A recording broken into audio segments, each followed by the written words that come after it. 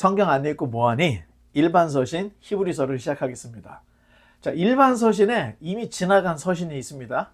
야고보서. 우리가 사도행전을 할 때 미리 다 했죠? 이 학자들마다 생각이 다릅니다. 야고보가 쓴 야고보서를 최초의 그 서신으로 생각하는 사람도 있고, 거의 뭐 후반부에 쓰여진 걸로 생각하는 사람도 있고, 이게 뭐 우리가 그때로 가서 확인해 보지 않는 이상 뭐 어떻게 할 수가 없죠. 하지만 다들 근거가 있어요. 그런데 저는 이 야고보가 당시에 교회 수장이었던 걸로 생각을 했을 때는 예루살렘 공의회 이후에 분명히 먼저 편지를 써서 공의회에서는 이방인에게 전도를 할 때 구원의 조건으로서의 할례를 면제해 준 거예요. 자, 그러다 보니까 이 할례를 행하지 않으면서 인생 자체가 난 믿기만 하면 돼, 이렇게 잘못된 믿음으로 갈까봐 분명히 행함이 있는 진실한 믿음에 대해서 야고보가 야고보서를 먼저 쓴 게 아닌가. 자, 그래서 우리가 끝을 냈던 거고요. 그리고 오늘은 이제 히브리서를 우리가 함께 보려고 합니다. 넘겨보면, 자, 히브리서는 읽어보면 진짜 어렵습니다. 구약의 베이스가 없는 사람들은 이 히브리서 읽으면서 와, 겁나 어렵네. 무슨 말인지 모르겠네. 이렇게 돼요. 그래서 어떻게 생각하면 야, 히브리서는 되게 어려운 거라고 생각하는데, 창세기로부터 우리가 여기까지 왔다면 이거 히브리서 그렇게 어렵지 않습니다. 단 번역이 조금 어렵게 됐어. 그래서 말이 이렇게 이걸 엎었다 뒤집었다 해서 잘못 들으면 하라는 얘기인지 하지 말라는 얘기인지 헷갈리는 부분들이 있습니다. 자, 그런 면에서는 어렵다 이렇게 생각할 수 있는데, 여태까지 우리가 창세기로부터 살펴본 성경대로 꾸준히 읽어나간다 할 때는 히브리서가 그렇게 어려운 성경은 아닙니다. 자, 내용을 볼 때 히브리서를 쓴 사람은 구약에 정통한 사람일 가능성이 상당히 높습니다. 이유가 구약 모세오경에 나와 있는 수많은 사람들의 이름을 거론하거든요. 자, 이런 걸 볼 때 뭐 유대인들은 다 아는 거 아니야? 그렇지 않습니다. 지금이나 하니까 너나 할 것 없이 성경을 가지고 있는 거지, 그 당시에서는 구약 성경 모세오경을 갖고 있는 거는 하늘의 별따기예요. 어마어마하게 비쌌습니다. 그러니까 회당이 하나 있을까 말까 한 거예요. 그런데 성경 기자가 예수 그리스도의 복음에 대한 이야기를 쓸 때 구약을 많이 인용했다 할 때는 이건 그냥 평범한 사람이 아니라는 거예요. 구약의 정통한 지식을 갖고 있는 사람으로 볼 수밖에 없다.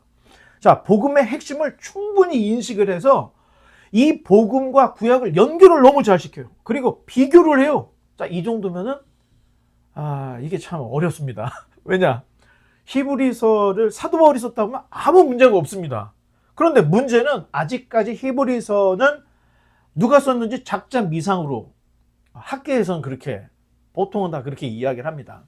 자, 그러다 보니까 누가 썼는지를 모르니까 언제 썼는지 모르겠죠? 그래요. 내용을 봤을 때는 유대인들에게 보내는 것 같아, 수신자는. 하지만 누가 썼는지 몰라? 그리고 언제 기록했는지 몰라? 자, 이런 것들은 우리가 참고를 해서 이제 알아나가야 됩니다. 고대에는 유세비우스 같은 사람은 히브리서를 사도 바울이 썼다 이렇게 얘기를 했어요. 그런데 왜 사도 바울의 편지가 아닐 것이라고 이야기를 하냐면, 자, 우리가 사도 바울의 서신들을 봤죠? 바울 서신들을. 바울 서신에서 바울이 쓰는 문장이 있다는 거예요. 그런데 히브리서는 너무 틀려. 어떻게 사람이 이 브레인와시가 된 것도 아닌데 한 사람이 썼는데 바울 서신하고 히브리서에 양식이 틀리고 단어가 틀리고 문장이 틀리는 거예요. 쓰는 문장이. 그래서 학자들은 합리적으로 히브리서는 바울이 쓴 게 아닐 거다 이렇게 주장을 합니다. 이랬더니 피크라는 학자는 그러면 브리스길라가 쓴 게 아니냐. 하르낙이라는 사람은 아니야, 브리스길라하고 아글라가 쓴 거야. 자, 에라스무스는 로마의 클레멘트가 썼을 가능성이 있어, 이런 얘기를 하고요. 자, 알렉산드리의 클레멘트라는 사람은 바울과 누가의 공동 저작 아닌가? 켈빈과 텔리치라는 학자는 누가가 썼을 거다. 터툴리안, 베이스, 잔, 고데트, 살몬, 그레고리 이런 분들은 혹시 바나바가 쓴 거 아닐까? 바나바. 그 다음에 루터, 알포드, 몰튼 이런 분들은 아니 아볼로가 쓴 거 아니야? 자, 이런 이야기들이 있어요. 이게 다 근데 내용들을 보면 굉장히 합리적인 주장들을 한다는 거예요. 넘겨보면 자, 여러 사람들이 여러 주장을 하죠.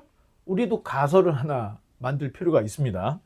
자, 디모데후서를 전제로 바울이 두 번째로 체포되어서 로마에 무슨 감옥에 갇혔죠? 마메틴 감옥에 갇혔는데 여기는 사형수들만 들어가는 거죠. 이때 바울을 돕고 바울 근처에 있던 사람이 누가였습니다. 그런데 기독교로 개종한 수많은 유대인들이 기독교를 버리고 다시 유대교로 돌아간다고 하는 소문이 마메틴에 있는 바울에게까지 들렸던 거예요. 자, 바울이 자기 민족을 얼마나 사랑했던 사람인지를 로마서 9장, 로마서 11장을 통해서 내가 버림을 받을지언정 내 민족이 하나님께 돌아오길 바란다. 내 민족이 예수님 믿고 구원받기를 원한다. 이런 얘기를 해요. 자기가 버림을 받을지언정. 자, 굉장한 민족주의자였죠. 그런데 그런 바울이 그렇게 전도하고 평생 돌아다니면서 복음을 전해서 유대인들을 기독교인으로 개종을 시켰는데 아니 그 개종한 유대인들이 다시 유대교로 돌아간다는 거예요. 아마 죽음을 앞두고 있던 사도 바울이 숨이 막히지 않았을까? 나갈 수도 없어. 얼마나 마음이 답답했겠어요. 그러니까 바울이 야 큰일 났다. 안절부절 하니까 옆에 있던 누가가 옆에 있었다 그랬죠? 누가가 아니 선생님 아니 평소에는 편지를 잘 쓰시더니 왜 이번에는 편지를 안 쓰세요? 그랬더니 맞아 편지를 써야 되겠어 편지. 그러면서 마메틴 감옥에서 개종한 유대인들이 다시 유대교로 가는 이들에게 돌아가면 안 된다는 편지를 쓴 게 아닌가. 자, 이렇게 생각을 해볼 수 있습니다. 그런데 바울이 순교한 후에 이 미완성된 히브리서, 사실 감옥에서 히브리서를 다 끝을 못 낸 것 같아요. 그런데 다 끝내지 못했던 히브리서를 옆에 있던 누가가 다 가지고 에베소에 가서 마지막 편집을 해서 완성을 한 게 아닌가. 자, 사도 바울의 사정을 누가 제일 잘 알죠? 누가가 사도 바울의 사정을 제일 잘 알아요. 자, 그러니까 다른 누구보다도 히브리서를 다시 편집을 해야 될 때는 누가가 상황 고려를 분명히 했을 것 같아요. 자, 교회를 떠날 때 사람들이 보통 어떻게 얘기하죠? 목사 설교가 너무 길어. 이유로 밥이 너무 맛이 없어. 여자애들이 너무 없어. 남자애들이 너무 없어. 뭐 이유를 댄다면 또 한 가지는 목사님이 못생겼어. 뭐 이런 거. 자, 이유를 막 대고 교회를 가요. 그냥 무작정 교회를 나가지 않고 교회를 나가는 이유를 분명히 얘기를 하고 나가요. 이게 어디나 다 똑같습니다. 자, 그런데 개종된 유대인들이 다시 유대교로 갈 때 무슨 불평을 하면서 갔을까요? 사도 바울을 욕을 했습니다. 나 그냥 괜찮은데 저 바울이라는 사람 꼴보기 싫어서 나 유대교로 가 다시. 이렇게 가기 시작하는 거예요. 자, 그러니까 이 옆에 있던 누가가 히브리서를 편집을 할 때 만약 이 편지에 사도 바울의 문안 인사 아니면 사도 바울의 이름이 나오면 유대인들이 그 편지를 볼까요, 안 볼까요? 지금 나갈 때 사도 바울 욕하면서 나갔는데 바울 이름이 들어있는 편지들이 있다면 아예 보지도 않겠죠. 그러니까 누가가 편집을 할 때는 바울이라는 이름을 빼버려. 그리고 인사도 빼버려. 그리고 그냥 본론으로 들어가요. 우리가 가지고 있는 성경 중에 시작하고 본론으로 들어가는 성경이 몇 안 돼요. 그 중에 하나가 히브리서입니다. 히브리서는 시작하자마자 본론으로 들어가는데 버튼 눌러보면 자, 1장 1절이에요. 1장 1절 2절 시작. 옛적의 선지자들로 여러 부분과 여러 모양으로 우리 조상들에게 말씀하신 하나님이 이 모든 날 마지막에 아들로 우리에게 말씀하셨으니 이 아들을 만유의 후사로 세우시고 또 저로 말미암아 모든 세계를 지으셨느니라. 히브리서 1장 1절의 시작이 본론으로 시작을 한다는 거예요. 왜? 사도 바울 이름을 거명을 하거나 사도 바울이 잘 쓰는 은혜와 평강으로 하면 이거 바울이 쓴 거구나 할까봐 아예 다 삭제를 해버리고 여러 부분과 여러 모양으로 하나님이 말씀하셨던 그 예언의 성취는 예수 그리스도다. 아예 그냥 본론부터 들어가고 있습니다. 자, 넘겨보면 자, 에베소를 지키고 있던 디모데에게 좋지 않은 소식이 전해졌어요. 바울이 니고볼리 사역을 준비 중에 체포되었고 바울이 불렀던 제자들이 다 흩어졌다. 자, 얼마 지나지 않아서 바울이 마메틴 감옥에서 진짜 디모데에게 마지막 유서와 같은 디모데 후서를 딱 써서 보내온 거예요. 자, 그러니까 디모데가 에베소에서 사도 바울의 마지막 편지를 딱 보고 어떻게 했을 거예요? 아이고, 선생님 돌아가셨구나. 이렇게 생각하는 것이 아니라 사도 바울이 디모데 후서에서 드로아의 가보의 집에서 외투 또 종이에 쓴 거, 가죽에 쓴 거, 그 다음에 마가 좀 데리고 했던 이런 것들을 다 하면서 디모데가 갈 수 있는 최대한 속도로 로마로 갔던 것 같습니다. 자, 바울이 사형 집행되기 바로 직전에 최후 변론. 여러분, 그냥 로마 시민권을 가진 사람이기 때문에 야, 너 일로 와갖고 목 따고 이런 게 아니에요. 자, 죽기 전에 한마디 하십시오 하고 최후 변론 기회를 주는데 아마 이때 디모데가 헐레벌떡 이 마메틴 감옥에 있는 바울에게 도착한 게 아닌가 이렇게 생각해요. 왜냐? 사도 바울이 이제 자기 변론을 하고 디모데가 손을 든 거야, 뒤에다가. 저도 할 얘기 있습니다. 뭐시오? 이분은 나쁜 분이 아닙니다.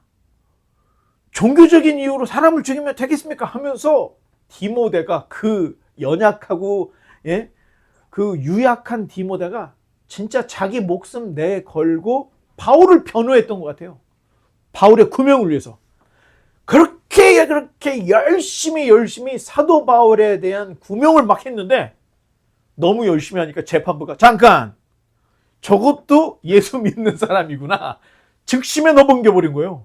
그래서 디모데도 갇히고 사도 바울은 이제 마메틴에서 목이 잘리는 사형장으로 가게 됩니다. 자, 어쩌면 바울보다 디모데가 더 간절했던 것 같아요. 왜? 지금 자기의 믿음의 아버지 같은 분이 지금 재판으로 죽게 생긴 거예요.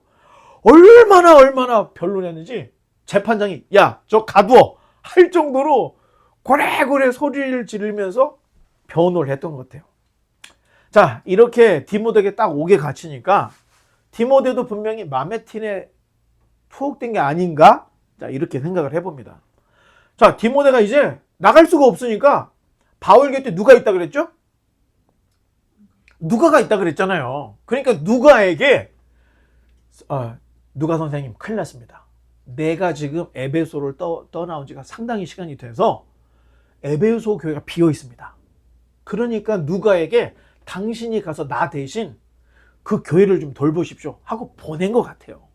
그런데 그냥 간 게 아니고 누가는 사도 바울이 쓰다만 히브리서를 다 가지고 가서 거기서 에베소 교회를 돌보면서 마지막 사도 바울의 편지라고 생각할 수 있는 히브리서를 편집을 한 것이 아닌가. 자, 이쯤 되면 교회에 대단히 큰 위기였다 볼 수 있어요. 이 네로 박해 시대에 누가 돌아가셨죠? 베드로, 또 바울, 우리가 알고 있는 대부분의 이 사도들이 이때 다 순교합니다. 요한 빼놓고 다 죽어요. 자, 더군다나 사도 바울의 후임으로 생각하고 있던 디모데까지 잡혀버린 거예요. 자, 이제 교회는 어찌 보면 야, 이거 이제 문 닫는 거 아닌가? 이런 위기를 맞이하게 된 거예요. 그런데 놀랍게 68년에 네로가 자살을 해버립니다. 자, 그러면 황제가 죽으면 황제령에 의해서 갇혔던 모든 죄수들에게 자유를 준다 그랬죠? 디모데가 못 풀려나고 사도 바울을 이어서 죽을 줄 알았는데 네로 황제의 죽음으로 인해서 디모데도 풀려나게 됐던 거예요. 자, 아마 이 소식을 누가가 들었던 것 같아요. 그래서 디모데 석방 소식을 듣고 히브리서를 편집을 하다가 누가가 이 소식을 히브리서에 기록을 합니다. 자, 넘겨보면. 자, 읽어보겠습니다. 시작. 형제들아, 내가 너희에게 권하노니 권면의 말을 용납하라. 내가 간단히 너희에게 썼느니라. 우리 형제 디모데가 놓인 것을 너희가 알라. 그가 속히 오면 내가 그와 함께 가서 너희를 보리라. 너희를 인도하는 자들과 및 모든 성도들에게 문안하라. 이탈리아에서 온 자들도 너희에게 문안하느니라. 은혜가 너희 모든 사람에게 있을지어다. 어디에서 누가 왔다 그랬어요? 중간에? 이탈리아. 로마의 이탈리아에서 온 사람들이 디모데의 석방 소식을 전해줬던 것 같아요. 그러니까 히브리서 13장인데 여러분 재밌죠? 간단히 썼대요. 내가 간단히 썼느니라 했는데 여기 있잖아요. 너 간단히 너에게 썼는데 13장을 썼습니다. 그럼 13장을. 간단히가 아니죠. 자, 이렇게 이 안에 이런 내용들을 보면 디모데가 풀려났구나. 자, 이런 것들을 알 수 있습니다. 그러면 서신에 이 히브리서라고 하는 이 편지의 성격으로 보나 또 맺는 말, 또 디모데 이야기가 나오는 걸 볼 때 분명히 히브리서는 바울과 깊은 연관이 있고 누가하고 연관이 있구나. 그래서 그런지 뭐 이 사람이 이런 주장, 저 사람이 저런 주장하는 그런 주장하는 내용들 중에 바울과 누가가 히브리서를 썼을 가능성이 높다고 말했던 학자들이 훨씬 많다는 겁니다. 자, 그래서 지금 이 이야기는 사실 그냥 성경 안에 있는 그 다음에 역사적인 정황으로 볼 때 이랬을 것이다 라고 추측을 하지만 굉장히 합리적인 추측이라고 봅니다. 넘겨보면 자, 히브리서의 내용은 역사적 배경과 깊은 연관이 있습니다. 자, 왜냐? 디모데가 잡혔다가 투옥된 내기가 있잖아요. 그렇죠? 그것뿐만 아니라 초대교회 성도들은 예수님의 부활과 이 승천을 경험하고 예수님께서 다시 오실 것이라고 하는 것을 굉장히 열망을 하고 있었던 거예요. 그래서 얼마나 열정적으로 복음을 전했는지 이때까지 교회의 어떤 그 기간을 보면 한 30년에서 40년밖에 되지 않아요. 이때까지가. 그런데 엄청나게 편만하게 아예 유대 지방은 당연하고 사마리아 지방 그리고 더 올라가서 시리아 또 왼쪽으로 가서 터키, 지금의 터키, 투르키에라고 하는 그 지역, 그때는 소아시아라고 불렀거든요. 그 소아시아 지역 바다 건너 마케도니아 남쪽에 있는 그리스 서쪽에 있는 로마까지 복음이 굉장히 편만하게 전해졌다는 거예요. 자, 왜 그랬을까? 땅끝까지 이르러 내 증인이 되리라. 주님께서 그 말씀을 하셨기 때문에 땅끝까지 복음을 전하면 주님이 오실 거라고 생각하고 열심히 전했던 거예요. 그런데 주님이 오셨습니까? 안 오셨습니까? 2000년이나 지났어요. 우리의 시간 개념으로 2000년이 지나는 거예요. 자, 그러니까 오해를 하지 말아야 된다는 이야기를 베드로도 하고 있고 성경에서 곳곳에서 하고 있는 게 지금 우리가 가지고 있는 시간 개념으로 곧 오신다는 개념이 아닐 수 있다는 거예요. 어떤 영이신 하나님의 개념으로 주님이 곧 오신다. 주님이 곧 오신다. 이렇게 얘기한 거지 우리의 24시간 개념이 아닐 수 있다는 거예요. 자, 이렇게 주님의 재림을 기다리는 사람의 입장에서 지체가 되자 믿음이 흔들리게 됐던 거예요. 로마가 탄압하죠. 유대인들이 계속해서 기독교를 박해해오죠. 아니 이건 뭐 어디 피할 길이 없는 거예요. 자, 그러니까 어떤 일이 생겨요? 배교하는 일들이 생겼다는 거예요. 배교가 뭐냐면은 기독교를 버리고 떠나버리든가 다른 종교로 가버리는 일들이 있었다는 거예요. 자, 이런 배교자들을 향해서 자, 한번 넘겨보면 시작. 우리가 진리를 아는 지식을 받은 후 죄를 범한 즉 다시 속죄하는 제사가 없고 오직 무서운 마음으로 심판을 기다리는 것과 대적하는 자를 태울 맹렬한 불만 있으리라. 자, 바울은 절대로 다시 유대교로 돌아가거나 기독교 신앙을 떠나지 말라고 하는 경고의 말씀을 바울이 썼는지 안 썼는지 모르겠지만 만약에 바울이 썼다고 하면 이런 경고를 하고 있다는 거예요. 그리고 그러면서 이야기하기를 자, 또 한번 넘겨보면 시작. 잠시 잠깐 후면 오시리가 오시리니 지체하지 아니하시리라. 자, 바울도 또 베드로도, 베드로는 심지어는 하루가 천년이고 천년이 하루야. 천년은 하나님에게 있어서 한순간이니까, 하루밖에 안 되니까 그렇게 보채지 마, 이런 얘기를 하고 있죠. 사도 바울도 얘기해요. 잠시 잠깐 후면 오시리니 지체하지 않을 것이라는 거예요. 자, 이런 가르침을 해주고 있어요. 또 넘겨보면, 자, 4절로 8절 시작. 한 번 빛을 받고 하늘의 은사를 맛보고 성령에 참여한 바 되고 하나님의 선하심과 내세의 능력을 맛보고도 타락한 자들은 다시 새롭게 하여 회개할 수 없나니 이는 그들이 하나님의 아들을 다시 십자가에 못 박아 드러내놓고 욕되게 함이라. 땅이 그 위에 자주 내리는 비를 흡수하여 밭가는 자들이 쓰기에 합당한 채소를 내면 하나님께 복을 받고 만일 가시와 엉겅기를 내면 버림을 당하고 저주함에 가까워 그 마지막은 불사람이 되리라. 자, 이 얘기 뭐예요? 너희 떠나면 절대 안 돼. 떠났다가 다시 돌아올 수 있는 기회가 있을지 없을지 몰라. 이런 얘기를 하고 있는 거예요.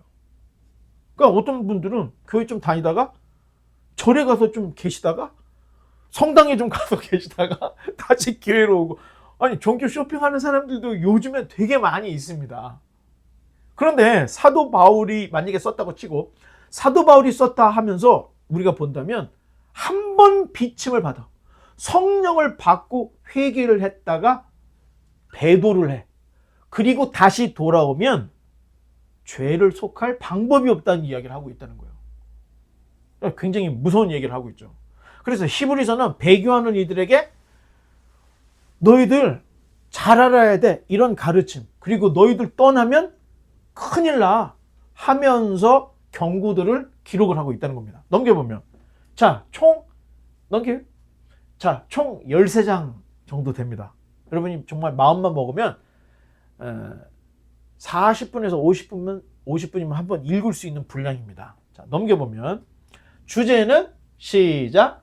그리스도의 우월성. 자, 1장부터 7장까지는 그리스도에 대한 얘기, 8장부터 13장까지는 그리스도에 대한 이야기, 다 그리스도에 대한 이야기를 하는데 1장부터 7장은 천사 모세, 여호수아, 아론보다 뛰어나신 그리스도, 유대교에서 자랑하고 있는 것과 그리스도를 비교를 해요. 그리고 8장부터 13장까지는 우리의 중보자는 예수님밖에 없어.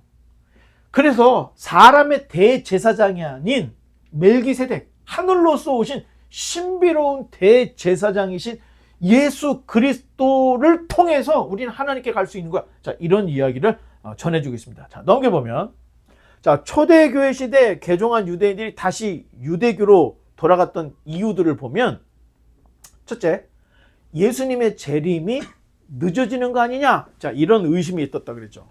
두 번째는 예배당이 없는 거야, 초대교회가. 두 번째, 세 번째, 그렇다고 해서 멋있는 옷을 입고 있는, 근엄한 옷을 입고 있는 대제사장도 없어. 또 유대교처럼 무슨 형식, 어떤 틀, 이런 게 하나도 없는 거예요. 그러면 교회는 뭐냐? 모여서 사랑합니다, 축복합니다, 환영합니다, 이런 얘기하고 예수님 이야기 좀 하다가 기도하고 밥 먹고 가는 거야. 자, 어떻게 보면 종교심을 자극할 것이 너무 없는 거예요. 예배당도 없어, 또 제사장도 없어, 형식 틀 같은 게 없어. 너무 자유로워. 자, 이러다 보니까 교회를 떠나는 이들이 속속히 생겼던 거예요. 또 예수님도 안 왔고. 자, 따라서 이런 이유를 알고 있었던 바울이 유대교에서 자랑하고 있는 유대교의 신앙의 유산들과 그리스도를 딱 비교를 하면서 이래도 갈래?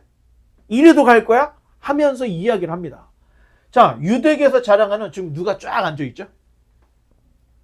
선지자들이 쫙 계시잖아.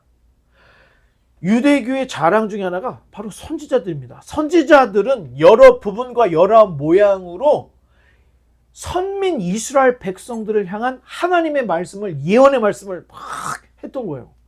이게 자랑거리였던 거예요. 하지만 그 예언들은 다 불완전한 예언들이었다는 거예요. 그 불완전한 부분과 모양은 예수 그리스도가 아니면 맞출 수가 없다는 거예요. 굉장히 논리적인 거죠. 율법을 알고 유대교에서 자라났던 사람이 기독교로 갔다가 다시 유대교로 갈 때 이 편지 이 부분을 읽으면 뜨끔했을 거예요. 자, 하나님의 아들 예수 그리스도는 불완전한 우리의 예언의 부분, 또 충족하지 못했던 이 모양을 완전하게 하실 분이기 때문에 니네가 왔잖아. 그런데 왜 다시 돌아가? 그리스도는 그 예언의 성취자로 오셨기 때문에 불완전한 유대교와는 비교가 되지 않아. 이런 논리를 펴고 있는 거예요. 넘겨보면, 자, 유대교의 자랑 중에 하나가 천사입니다. 천사. 천사들은 부리는 영들로 이 하나님의 종들에 불과하지만 그리스도는 하나님의 독생자, 아들이야. 이렇게 비교를 해요. 자, 성경에 나오는 천사들은 자, 영적으로 창조된, 피조된 존재, 영적인 존재라는 거예요. 두 번째, 천사의 주된 속성은 힘과 지혜예요. 뭐 사람의 힘으로는 감당이 안 되고 그 지혜는 사람이 감당할 수 없는 지혜가 있는 거야. 또 천사는 헤아릴 수 없을 만큼 많다는 거예요.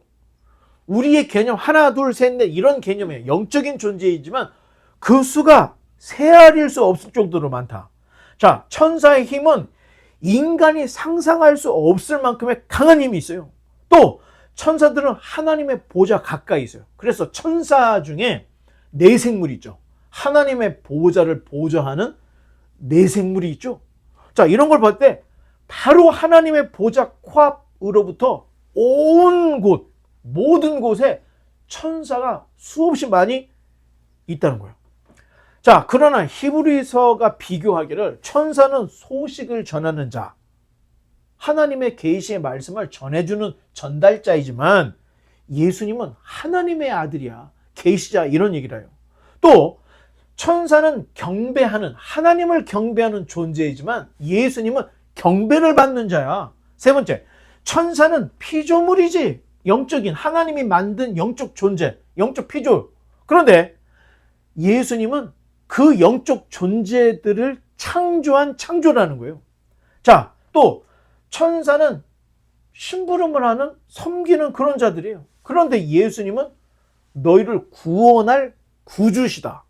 또 천사는 다가올 세상의 복종자이지만 만약 하나님이 원하는 하나님의 나라가 됐을 때 심부름꾼이 누구냐? 천사들인 거예요. 천사들.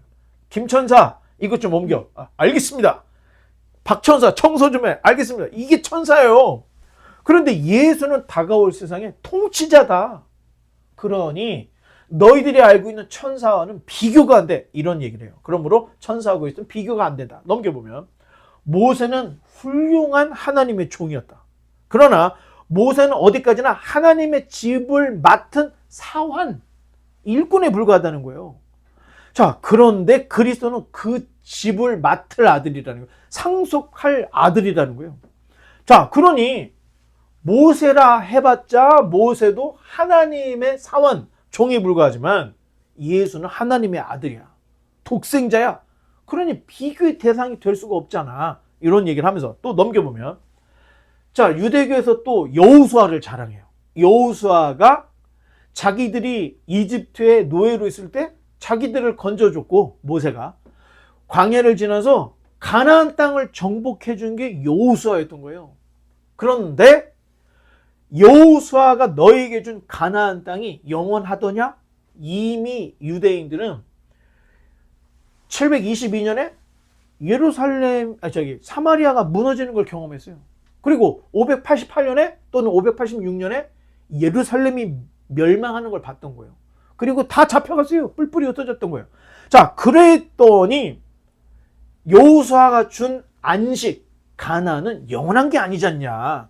그러나 우리 주 예수 그리스도가 주는 안식은 영원한 하나님 나라의 안식을 주시는 거야. 비교가 안 된다는 얘기예요. 그러니 여호수아와 그리스도는 비교의 대상이 아니다. 자, 또 넘겨보면 유대교 사람들은 이렇게 제사장들이 있는 거야. 뒤에 제사장들이 있고 이게 대제사장들이 있고 뭐 이러는 거야. 자, 그런데 아론의 반차를 쫓아, 대제사장과 제사장은 아론의 반차, 아론의 후손들이라는 거예요. 자, 그러다 보니까 아론도 사람이 아니에요. 아론. 사람이에요. 사람이라면 누구나가 죄와 허물을 가진 불완전한 인간이라는 거예요. 그러니 아무리 제사장이라 해도 언제나 자기를 위한 제사를 드려야 하는 존재라는 거예요. 그런데 예수 그리스도는 흠도 없고 점도 없어. 죄와 허물이 없는 유일한 분이야. 그러니 불완전한 인간 제사장하고 예수님이 비교가 되냐? 자, 그리스도는 하나님의 우편에 계시다. 그러면서 예수 그리스도라고 하는 대제사장은 아론의 후손이 아니라는 거예요. 멜기세덱의 반차를 쫓은 영원한 대제사장. 인간과 하나님의 관계를 중보해 줄 수 있는 유일한 분이다. 이런 얘기를 해요. 자, 예수님은 아론 계열이 아닌 멜기세덱의 반차를 따른 영원한 제사장인데 멜기세덱이 뭐야? 창세기 14장 10편 110편에 나와요. 멜기세덱.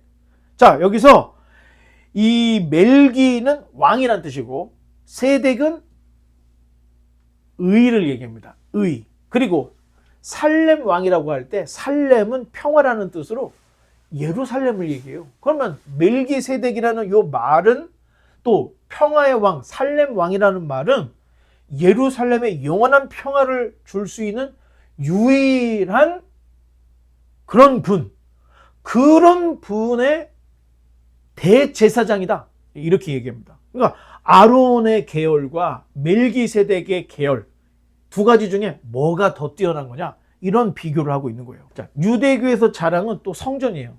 사실 예수님 당시에 온전한 성전이 없었어요.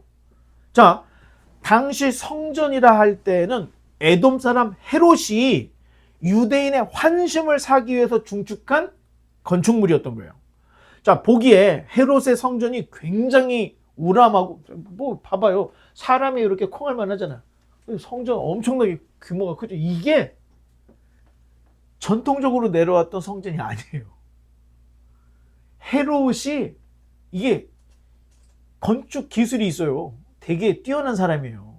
그래서 지금에 있는 예루살렘에 있는 그 주변에 있는 이런 뭐 멋있는 건물들이 이런 게 헤롯 시대에 다 증축이 됐다는 거예요.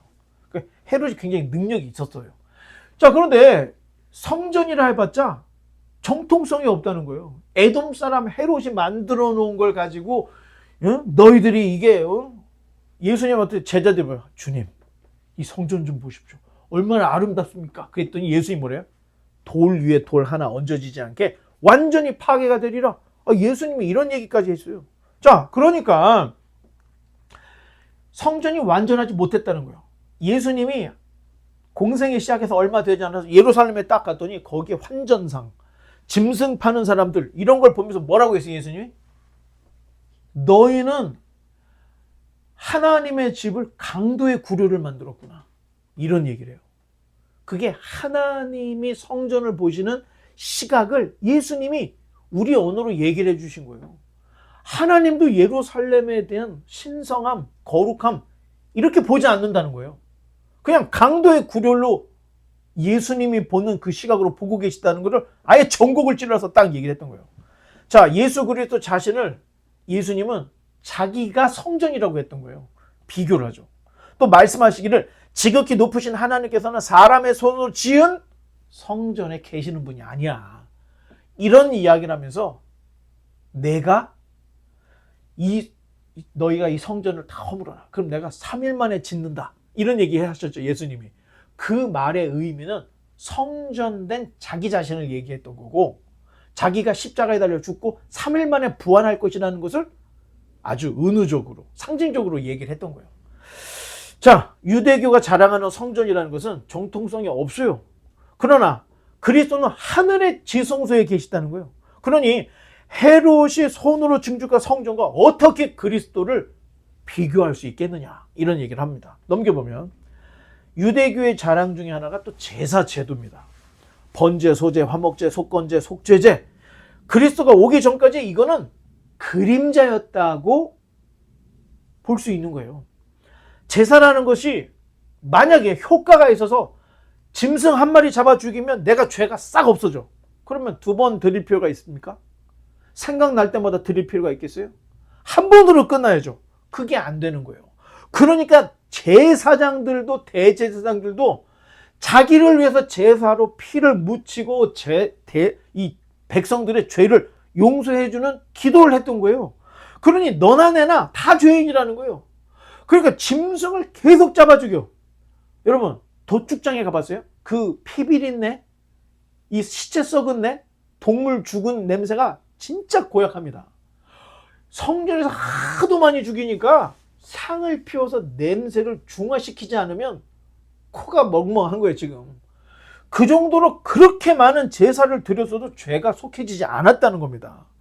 결코 짐승의 피로는 죄가 속해지지 않아요. 그러나 그리스도께서는 짐승의 피가 아닌 자기 피로, 그것도 여러 번이 아닌 한 번에 자기 전체를 들여서 영원한 속죄를 이루었다는 거예요. 왜 한 번밖에 안 했느냐? 두 번 할 필요가 없어요. 한 번으로 족하기 때문에.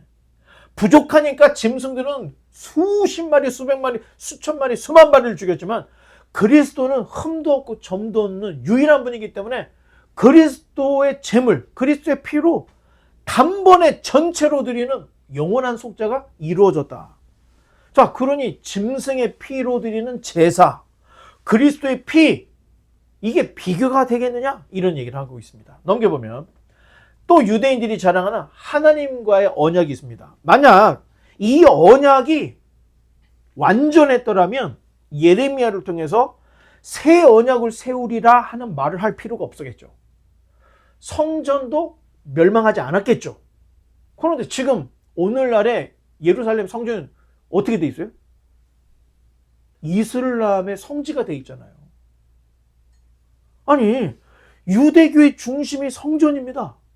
성전이 없어요. 지금까지도. 그럼 빨리 깨달아야지. 옛 언약이 불완전하고 너무 부족하니까 예레미야를 통해서 새 언약을 얘기하신 거예요. 그런데 그 새 언약이라는 게 없는 게 생긴 게 아니에요. 아담과 하와의 부끄러움을 덮였던 은혜의 희생의 언약. 자, 아담과 하와가 선악과를 먹고 처음에 뭘 했죠? 얼레리 껄레리 벗었네 하면서 잎사귀로 자기 몸을 가렸잖아요. 부끄러움을. 그랬는데 이게 금방 말라 비틀어지니까 하나님이 짐승 한 마리를 잡아가지고 그 짐승의 가죽으로 옷을 만들어 주신 거예요. 인간의 부끄러움은 자기 스스로 해결할 수 없어요.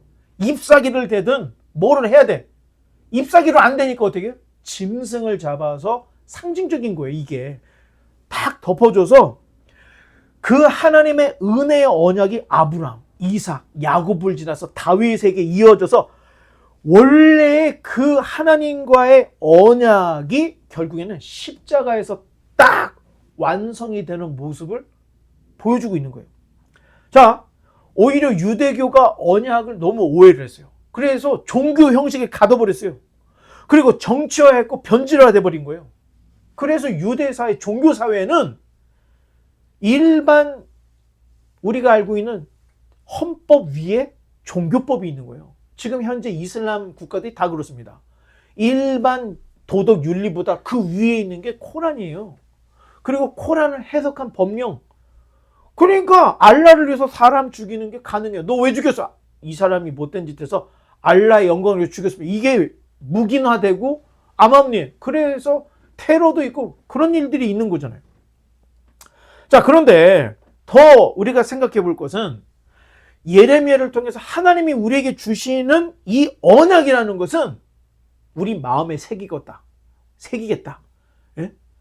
더 이상 글로 써서 인간이 오해하지 않게 마음에 새기는 새 언약을 내가 예레미야를 통해서 주겠다 했는데 6월절 저녁에 예수님께서 제자들을 다 모아놓으시고 잔을 나누시면서 이거는 너희를 위한 내 피다. 빵을 나누면서 이런 너희를 위한 내 몸이다. 그래서 우리 성찬 제정을 하셨잖아요. 주님께서 나를 기억하라 하셔서 우리 예배에서 성찬 세례는 다른 건 안 해도 이거는 합니다. 간소하게 한다 해도. 왜? 주님의 명령이기 때문에. 자, 결국에는 주님께서 우리에게 보여주셨던 이 완벽한 새 언약, 그것과 구약에 있는 이 완전하지 못한 불완전한 언약, 이게 비교가 되겠느냐?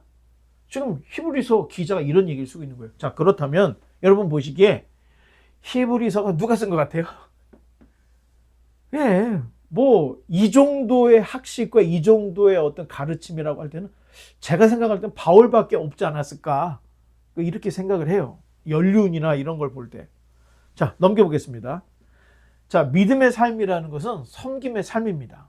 아벨로부터 노아, 아브라함, 이삭, 야곱, 요셉, 모세, 여호수아, 사무엘, 다윗, 그 많은 사사들, 그 많은 왕들, 제사장들, 이게 다 섬김의 모범이었다는 거예요. 아브라함을 통해서 보여주는 게 손님 대접을 하다 하나님을 만났던 거. 또 야곱이나 또 요셉이나 이런 사람들을 통해서 하나님을 섬기는 사람의 모델이 무엇인지, 이 믿음의 선진들, 믿음의 반열에 대해 이야기를, 그래서 히브리서 11장을 믿음장이라고 하잖아요. 거기에 기록된 하나님을 섬겼던 믿음의 모범을 가지고 있는 사람들의 목록이 쫙 나와 있죠. 물론 살다 보면 실수할 수 있죠. 그 실수에 대한 징계도 있고 시련도 있습니다. 그런데 우리는 더 나은 본향과 더 나은 산업이 있는 줄 알고 자원하는 마음으로 자기 십자가를 짊어져야 돼요. 사실 이 땅에서, 이 경쟁 사회에서 하나님 믿고 예수님 믿는다는 게 어떨 때는, 어떤 환경에서는 나에게 마이너스가 될 때가 있어요. 하지만 이러한 모든 것들을 통해서 우리가 볼 수 있는 것은 이 세상에서 얻을 수 있는 것보다 더 큰, 사랑보다 더 큰, 죽음보다 더 큰 그 예수님의 사랑을 생각하면서 우리 땅에서 경험하는 모든 시련, 모든 징계, 환난, 어려움, 이런 것들은 믿음과 신앙과 믿음, 소망, 사랑으로 다 이겨낼 수 있지 않냐. 그러니 너 십자가, 네게 지어진 그 십자가를 짊어지고 영문 밖으로 나가라. 히브리서가 이런 얘기를 쓰고 있습니다. 영문 밖이 어디예요? 도성 밖을 얘기하는데, 십자가에 매달려 죽을 때는 어떻게 해요? 성 안에서 죽이는 게 아니라 성 밖에서 예수님이 십자가를 짊어지고 골고다로 나갔던 것처럼 너희도 너희 인생에서 십자가를 짊어지고 너희의 영문 밖으로 나가야 된다. 이런 이야기로 히브리서를 마치고 있습니다. 자, 이제 결론을 맺겠습니다. 자, 우리가 살고 있는 시대를 물질 만능주의 시대다, 이렇게 봐요. 하지만 이 돈이 없으면 못 살죠? 그렇잖아요. 생필품도 있어야 되고, 집도 있어야 되고, 차도 있어야 되고, 살다 보면 이런 게 다 있어요. 그런데 돈을 넘어서 돈을 사랑하고 재산을 사랑하게 되면 반드시 문제가 생긴다는 거예요. 성경에 그런 예를 너무 많이 보여주죠. 욕심이 잉태, 돈, 뭐 이런 거, 결국에는 사망으로 빠진다는 거예요. 가장 큰 문제는 신앙을 돈으로 팔아먹을 수도 있다는 겁니다. 나도 모르는 사이에. 이 땅에 살아가면서 분명히 재산은 필요해요. 그렇다고 해서 성경에서는 가난이 미덕이냐, 이걸 말하지는 않습니다. 성경에서도 가난하면 친구가 다 떠나간대요. 이런 얘기를 쓰면서 가난이 미덕은 아니지만 돈을 위해서 살려고 생각하지 말고 있는 바를 족한 줄 알고 살라, 이런 얘기를 해요. 자, 그래서 마태복음 6장에 보면 그러므로 염려하여 이르기를 무엇을 먹을까, 무엇을 마실까, 무엇을 입을까? 염려하지 말라. 이는 다 이방인들이 구하는 것이라. 너희 하늘 아버지께서 이 모든 것이 너에게 있어야 할 줄을 아시느니라. 너희는 먼저 그 나라와 그 일을 구하라. 그리하면 이 모든 것을 너희에게 더하시리라. 이거 주님은 우리와 똑같이 거의 30년에서 33년 정도 우리와 똑같이 사셨던 거예요. 그런 주님이기에 우리가 필요한 게 무엇이 필요한지 주님도 다 알고 계시는 거예요. 자, 돈은 늘 부족하죠? 아니, 부자도 돈이 없다고 난리야. 가난한 사람도 돈이 없다고 난리야. 그러면 난 돈이 너무 많아서 이제 풍족해, 돈 없어도 돼, 이런 사람은 없다는 거예요. 이 땅에서 우리의 비천한 삶을 주님께서도 경험하셨기 때문에 알고 계시다는 거예요. 하지만 무엇을 먹을까, 무엇을 마실까, 무엇을 입을까, 이걸 염려하고 기도하는 것은 이방인들이라는 거예요. 그런데 우리가 구할 것이 있는데 그게 뭐냐? 먼저 그 나라와 그 의를 구하라. 여기서 끝나는 게 아닙니다. 그리하면 무엇을 먹을까, 무엇을 마실까, 무엇을 입을까, 이 모든 것이 너에게 더해질 것이라고 얘기를 한다는 거예요. 너희가 그 나라와 그 일을 위해서 살면 끝이야.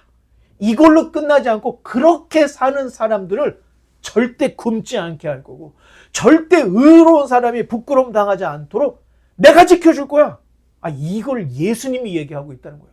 그러니 여러분, 너무 높은 데 마음 두지 말고 내가 지금 열심히 일해갖고 한 10억 정도 내가 가지고 있어야 되겠다. 여러분, 돈 관리를 못하는 거 이거 잘하는 게 아닙니다. 돈 관리를 잘해야 돼요. 단 너무 욕심이, 너무 돈에 대한, 너무 성공에 대한 너무 높은 이상을 두면 여러분 반드시 걸려서 넘어지게 된다는 거예요. 바라기는 우리 모두가 하나님께서 우리에게 주신 이 환경, 또 재산, 또 삶, 우리 가족들, 우리 교회 족한 줄로 알고 여러분 인생에 주신 하나님의 뜻과 계획, 이걸 깨달아서 좌로나 우로나 치우치지 않고 믿음의 길로만 갈 수 있는 저와 여러분 되시기를 주님의 이름으로 간절히 축원합니다.